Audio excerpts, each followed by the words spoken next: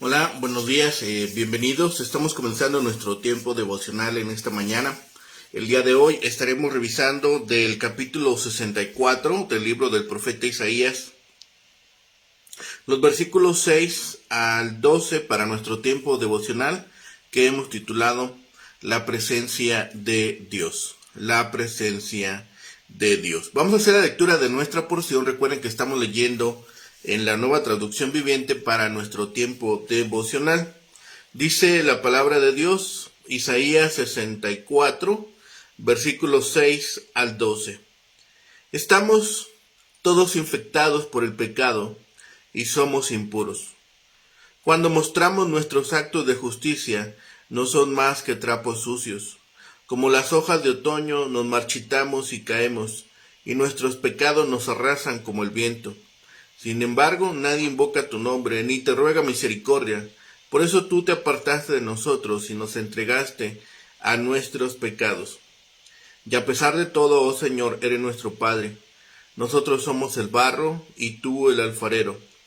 Todos somos formados por tu mano. No te enojes tanto con nosotros, Señor. Por favor, no te acuerdes de nuestros pecados para siempre.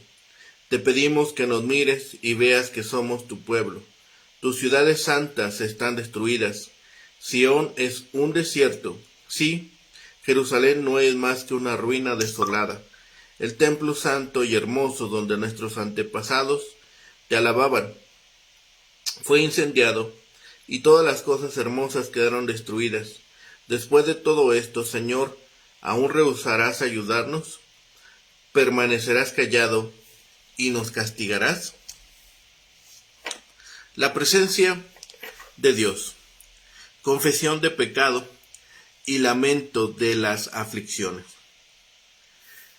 El profeta expresa tal anhelo, aunque consciente de la indignidad del pueblo en general, como para tener tal manifestación de Dios. Sin embargo, en los versículos 9 y 10 de nuevo apela al carácter paternal de Dios en su relación con su pueblo Israel. Finalmente, en los versículos 10 al 12, el profeta apela a la dignidad de Dios y a la manifestación de su gloria a los demás pueblos. Termina con dos preguntas retóricas que resumen su intercesión. Con todo lo ocurrido, ¿vas a contenerte, oh Jehová? ¿Vas a callar y a afligirnos sin medida? Dice el versículo 12. Hay una confesión de que solo el pecado es el problema. En los versículos 5 al 7. Cuando pecados de mucho tiempo se aunan a la contaminación de la autojustificación, el pueblo de Judá es como hojas marchitas que se caen. La impureza del pueblo se queda de manifiesto. Dice el versículo 5, he aquí, tú te enojaste. Señala el cambio del hombre en la oración, de la actitud de fe y esperanza a una actitud de penitencia y confesión. Pero tú te enojaste por nuestros pecados, enojado porque faltamos a la fe, porque pecamos.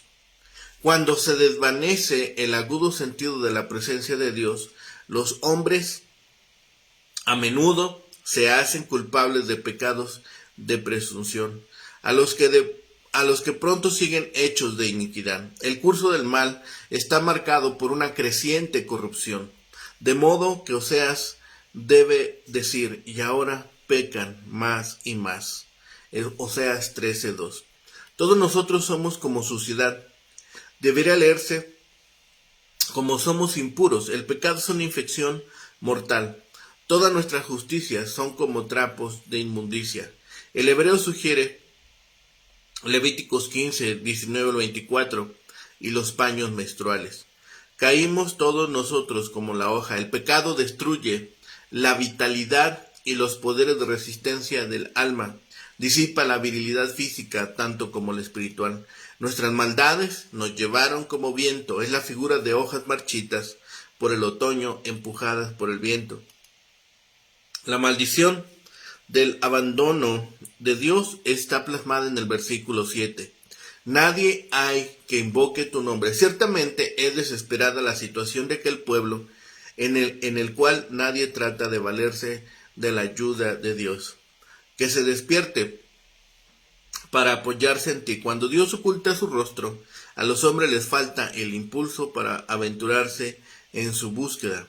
Escondiste de nosotros tu rostro, indica que la realidad de la presencia de Dios se ha perdido completamente. Por lo que a ellos concierne, Dios ha muerto. Nos dejaste marchitar en poder de nuestras maldades, nos has derretido en el calor de su divina ira. Nos has entregado al dominio de nuestras iniquidades. Dios nos salve de nosotros mismos. Hay en la segunda parte del versículo 8 al 12 el ruego de que Dios no abandone a los suyos. Esta apelación final a Dios está basada sobre la paternidad del Señor. Le insta a recordar la obra de sus manos. Ruega que en su ira recuerde el parentesco. Luego, viene el lamento de desolación, seguido por la aguda pregunta: ¿cómo puede el Eterno dejar de actuar? En la ira recuerda el parentesco del versículo 8 al 9. Ahora pues, Jehová, es una apasionada apelación con la que se inicia esta rogativa. Tú eres nuestro Padre, declara el profeta, aunque no se anima a agregar, y nosotros somos tus hijos, a la luz de todo el pecado y la inmundicia que acaba de confesar. Notemos aquí el énfasis está en la relación Padre-Creador, mientras que en el capítulo 63 estaba en el Padre Redentor, en el aspecto Padre Redentor. Nosotros barro, y tú el que nos formaste, así que obra de tus manos somos todos nosotros. Job 10:9. ¿Destruirá Dios sus propias obras? Toda la humanidad, desde luego, debe reconocer nuestra común calidad de criaturas. Podemos tratar de vivir como dioses, pero todos morimos como hombres. Salmo 82. Dice el versículo 9, no tengas perpetua memoria de la iniquidad. La memoria de Dios prueba la mentalidad histórica de Israel. He aquí, mira ahora, pueblo tuyo somos todos nosotros. El profeta era un gran abogado e intercesor. El lamento de la desolación, versículos 10 y 11. Posiblemente Jesús tuviera en mente este pasaje cuando lanzó su gran apóstrofe a Jerusalén, Mateo 23. Aquí la queja le recuerda al Eterno que las santas ciudades están desiertas y la casa, el santuario, consumida por la llama, mientras todos los lugares antiguos son ruinas. Que aquí Isaías habla proféticamente de la destrucción del templo en la posición de aquellos que sostienen que nuestra casa tan santa y tan hermosa significa el templo y que sostiene que Isaías es el autor de este pasaje. En el versículo 12 dice: ¿cómo puede Dios dejar de actuar directamente? La impaciencia del hombre a menudo ha exclamado: ¿por qué Dios no hace algo en cuanto a esto? ¿Te estarás quieto, oh Jehová? ¿Guardarás silencio aún y nos abrumarás con calamidades? Pareciera que en la naturaleza divina debieran hallar expresión la natural ternura, así como la natural indignación. Tal es, pues, el misterio del silencio divino que pende como una carga opresiva sobre el alma del profeta. Al recordar todas estas cosas, el remanente pediría a Dios que actuara a su favor, confesarían sus pecados, su impureza espiritual, su debilidad y su poca consagración a la oración. Sin embargo, no culparían a Dios por su terrible condición. Ellos reconocerían que la razón por la que se consumían era por sus maldades. Por tanto, tendrían que aferrarse a la fidelidad y a las promesas de Dios. La parte final de esta hermosa oración, elevada por el remanente fiel, es una declaración de confianza en Jehová. El remanente se dirigía a Dios como su Padre y el que los formó. Israel debía ser como un hijo obediente y sumiso, como el barro. Así que el remanente pediría en obediencia y sumisión que detuviera su enojo y que los cuidara como suyos. Ese remanente también recordaría a Dios que las ciudades de Israel, incluyendo Jerusalén, habían sido destruidas y que aún el santuario había sido consumido por fuego. La nación imploraría a Dios que hiciera algo acerca de esta situación, rompiendo su silencio y teniendo su castigo contra ella. Así, confiesan la impureza personal, admiten que sus mejores obras, justicias, son como trapo de inmundicia. No es raro que sean hojas secas, llevadas por el viento de sus propias maldades. Hay muerte espiritual en Israel. No se hallan intercesores, porque Jehová les ha abandonado a las consecuencias de sus pecados. Pero Jehová es aún el Padre de la nación, y todavía queda esperanza de que el alfarero pueda hacer algo con el barro. Y de esta manera le suplican que apacigüe su enojo, que perdone y olvide sus iniquidades, y que aún le reconozca como pueblo suyo. La condición devastada del país, y particularmente la de Jerusalén, el templo, son razones fuertes por las cuales Dios debería apaciguar su enojo y su actuar decisivamente a favor de su pueblo afligido. Hay en todo esto el reconocimiento por parte del pueblo de Dios en aflicción. Confiesa y lamenta sus pecados y se reconoce indigno de su misericordia. El pecado es eso abominable que el Señor odia, nuestras obras, no importa lo que parezcan ser, si pensamos que tienen mérito delante de Dios. Son como harapos y no nos cubrirán, trapos inmundos que solo nos contaminarán. Hasta nuestras pocas buenas obras en que hay verdadera excelencia, como fruto del Espíritu, son tan defectuosas y contaminadas por ser hechas por nosotros, que deben ser lavadas en la fuente abierta para el pecado y la inmundicia. Malo es cuando se retiene la oración. Orar es aferrarse por fe a las promesas que el Señor nos ha hecho por su buena voluntad y presentarlas como argumento. Aferrarse a Él y rogarle fervorosamente que no nos abandone o solicitar su retorno. Ellos se acarrearon los problemas por su propia necedad. Los pecadores son destruidos y luego llevados por el viento de su propia iniquidad. Los marchita y luego los destruye. Cuando se hicieron como cosa inmunda, no asombró que los aborreciera. Necios y negligentes, como somos, pobres y despreciados, todavía eres nuestro Padre. Es por estar sometidos a la ira de un Padre que seremos reconciliados, y el alivio que requiere nuestro caso lo esperamos solo en Él. Se encomiendan a Dios, no dicen, Señor, no nos reprendas, por eso podría ser necesario, sino, no te enojes. Ellos expresan su lamentable estado. Vemos qué ruina acarrea el pecado a la gente y que la profesión externa de santidad no será defensa para ello. El pueblo de Dios no pretende decirle lo que Él dirá, pero en su oración habla para el consuelo y alivio de tu pueblo. Que pocos son los que invocan al Señor con todo su corazón o se animan a aferrarse a Él. Dios puede demostrar la respuesta a nuestras oraciones por un tiempo, pero al final responderá a los que invocan su nombre y esperan en su misericordia. ¿Por qué debería Dios contestar esta oración o cualquier otra oración hecha por el hombre? Cuando consideramos la época del Éxodo, notamos que Dios liberó a su pueblo de una manera dramática e inesperada. Dios actuó inesperada y misericordiosamente para darle libertad a su pueblo. ¿Por qué habría de hacerlo Dios de esa manera? Solo unos pocos meses después de tan extraordinaria liberación, el pueblo adoraba a una imagen de oro.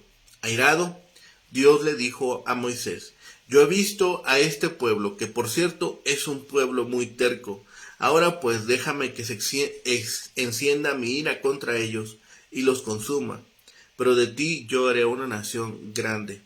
A lo largo de toda su historia, la perversidad y rebeldía persiguió al pueblo que Dios había rescatado de Egipto. En vista de todos sus pecados, ¿cómo podrían esperar que Dios los salvara? En su día de profeta, Isaías había condenado abiertamente la desobediencia y la rebelión de sus conciudadanos. ¿Con qué derecho podían esperar ahora que Dios los socorriera?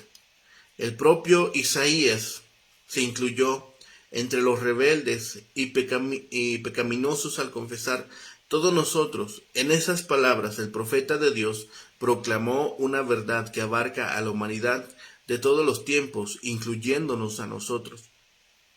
Todos nosotros somos como cosa impura. La palabra impura significa contaminado y corrupto. Las leyes levíticas declaraban que muchas cosas, entre ellas ciertos animales, se consideraban como inmundas. Isaías dijo que la gente misma era como cosa impura y se incluyó a él mismo entre los contaminados. Por tanto, este mensajero de Dios hacía énfasis en el carácter repugnante del pecado. Las obras de justicia que puedan hacer cualquier ser humano no son sino trapos inmundos. La traducción no lastima nuestra sensibilidad, pero el original cataloga estas obras de justicia como trapos de menstruación. ¿Cómo podemos ser salvos cuando somos tan inmundos ante los ojos de Dios? ¿Por qué debería Él librarnos cuando lo mejor que nosotros podamos dar o hacer, todas nuestras justicias, no son más que sucios y pestilentes trapos? Así de repugnantes somos ante los ojos de Dios por causa de nuestro pecado. Las palabras insinúan la verdadera naturaleza pecaminosa del hombre. ¿Por qué debe el Santo de Israel salvar a alguien?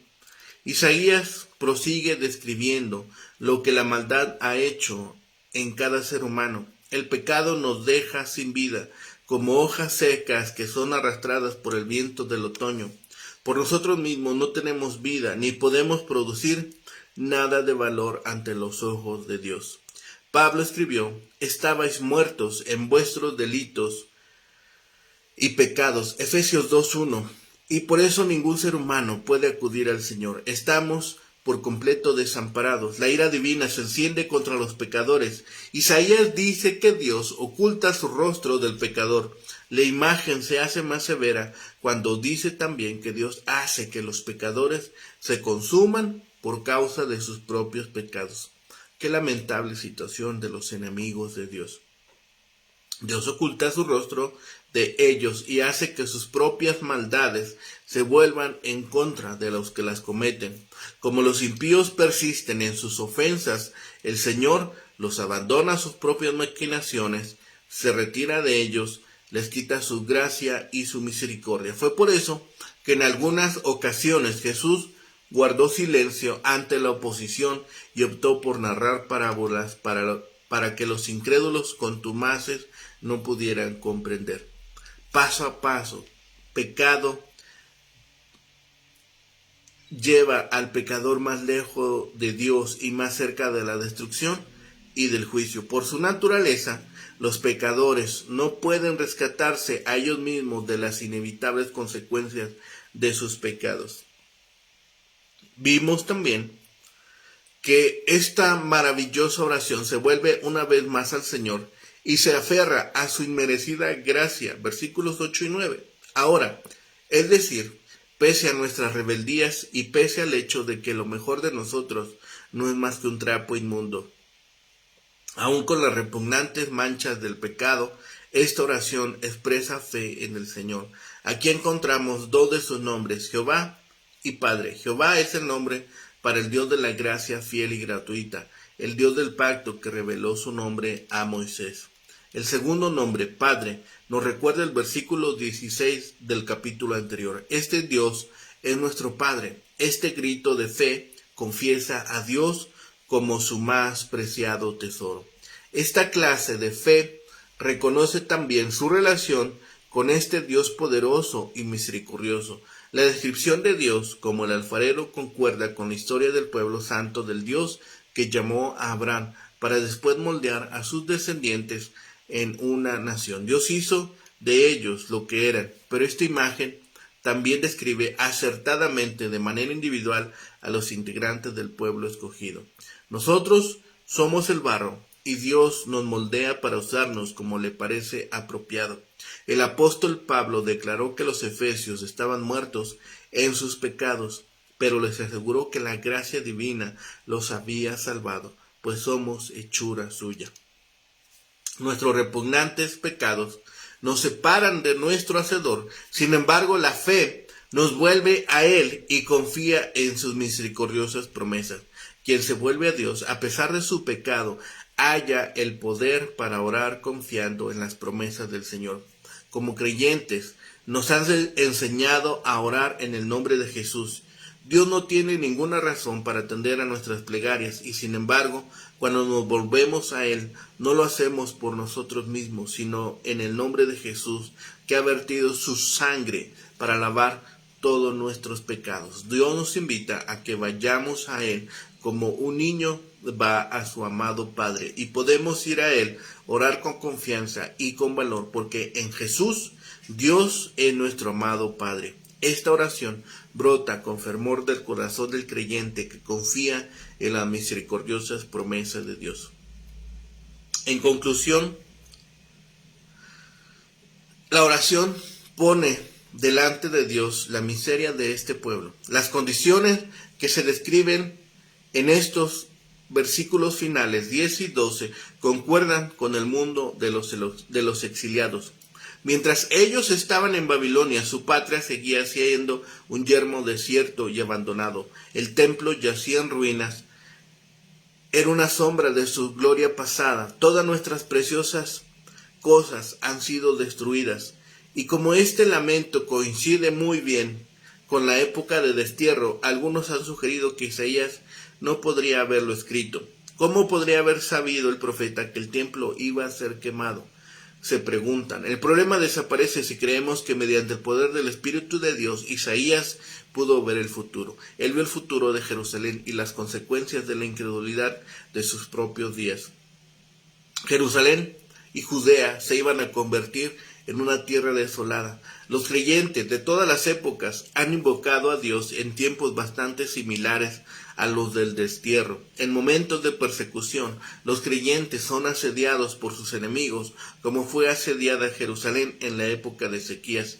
Desde cualquier perspectiva humana, todo parece perdido y sin esperanza. El fin y la destrucción parecen inevitables. Esos tiempos se dan también en la vida personal del creyente. El desastre, el dolor, la miseria y el sufrimiento ocurren a diario.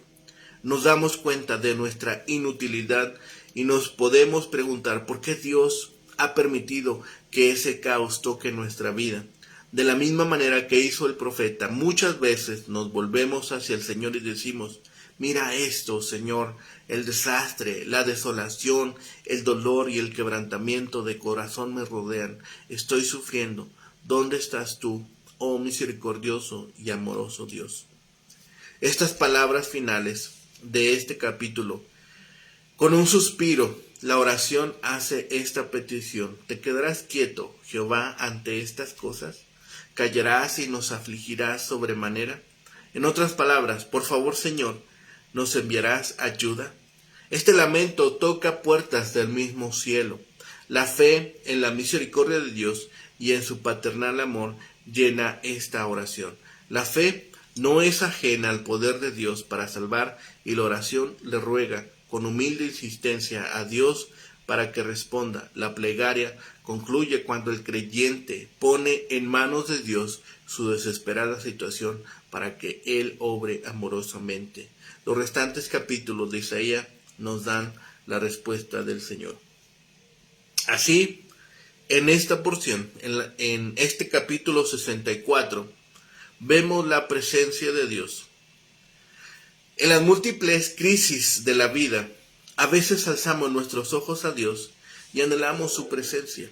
Buscamos así una respuesta o una solución. Vemos tres características de este anhelo de su presencia. Primero, el anhelo es común, porque somos pecadores, porque nuestra consagración nuestra vocación hacia Dios se ha marchitado. Lo segundo que vemos es que la posibilidad es real, porque ha descendido a nuestro nivel en el pasado, porque es único y porque responde al que hace justicia. Tercero, la presencia es transformadora, porque así como Dios trabaja en nuestra vida, lo podemos ver como el alfarero que trabaja con el barro. El barro es materia prima en manos del alfarero. Así, la presencia de Dios en nuestras vidas es permanente y además nos promete que responderá a nuestras necesidades o crisis antes aún de pedirle. Su presencia es de gran bendición para cada uno. El pueblo de Dios en su aflicción ha confesado y lamentado sus pecados. Ahora que están bajo reprensión de Dios por sus pecados, confiesan que no tienen otra cosa en que confiar sino en la misericordia de Dios. Y es esta misericordia de Dios que obró en la vida del pueblo en el pasado, la misma misericordia a la cual nosotros podemos atender y aferrarnos para considerar todas estas cosas y regresar de nuestra justicia y nuestra justificación y por misericordia y por su gracia acceder a la misericordia que Dios nos da, que Dios nos ofrece por medio de Jesucristo. Así que clamemos una vez más a Dios. El pecado nos hace impuros para que no podamos acercarnos más a Dios.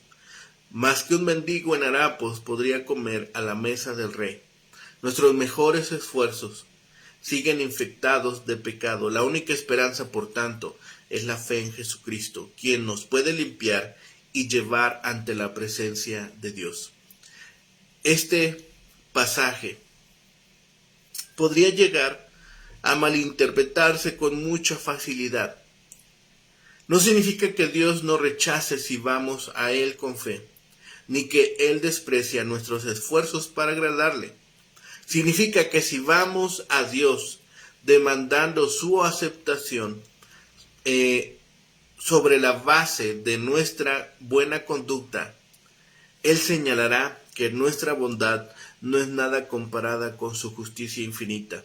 Este pasaje va dirigido sobre todo a aquellos impenitentes, no para el verdadero seguidor de Dios. No podemos acercarnos a Dios en base a nuestra justicia. Podemos acercarnos a Dios en base a lo que Jesucristo ha hecho. Entonces, y solo entonces, nuestra oración, nuestro clamor será aceptado por Dios. Porque en Cristo tenemos abogado, porque en Cristo tenemos a nuestro Señor, pero sobre todo a nuestro Salvador. Y la sangre derramada por él en el Calvario nos ha cubierto y nos ha permitido ser adoptados por Dios como hijos. Así, todas estas cosas fueron hechas por Jesucristo, y este es el mensaje de salvación que nos proclama la palabra a diario. Acerquémonos a la gracia y a la misericordia de Dios por medio de Jesucristo, y entonces seremos salvos, entonces seremos aceptos, y nuestras oraciones también serán atendidas. Oremos a Dios que todos los hombres, todas las mujeres, todos jóvenes, adultos y niños doblen rodilla delante de Dios y acepten el don perfecto en Cristo Jesús. Oremos. Padre nuestro que estás en el cielo, bendito Señor, gracias damos, Señor, por tu bondad, por tu misericordia, y porque tú tienes todo el poder y toda la gloria, Señor. Hiciste el universo y todo lo que hay en él, tan solo por tu palabra y tu voluntad. Permite, Señor, que en este tiempo de dificultades, de persecuciones, de clamores de guerra, Señor, de enfermedades, Señor, el hombre esté dispuesto a voltear su rostro a ti y a reconocer en Jesucristo el don perfecto, la dádiva perfecta, Señor, que nos permite salvación que nos permite, Señor, justicia, y que nos permite también ser reconocidos como tus hijos. Padre bendito, ponemos en tus manos ahora a aquellos que están extraviados, aquellos que están siendo, Señor, atormentados por sus propios pecados, que, Señor, viven en tinieblas, para que en tu gracia, Señor, también ellos puedan reconocerte y puedan saber que en ninguno otro hay salvación. Señor, ponemos en tus manos nuestras vidas. Somos tuyos, Señor, y permítenos en esa confianza, Señor, también clamar por tu misericordia para aquellos que están extraviados. Padre bendito, todo lo dejamos en tus manos, todo lo clamamos a ti. Lo pedimos y rogamos en el bendito nombre de Cristo Jesús, Señor y Salvador nuestro. Amén. Que tengan un excelente día. Que el Señor les bendiga.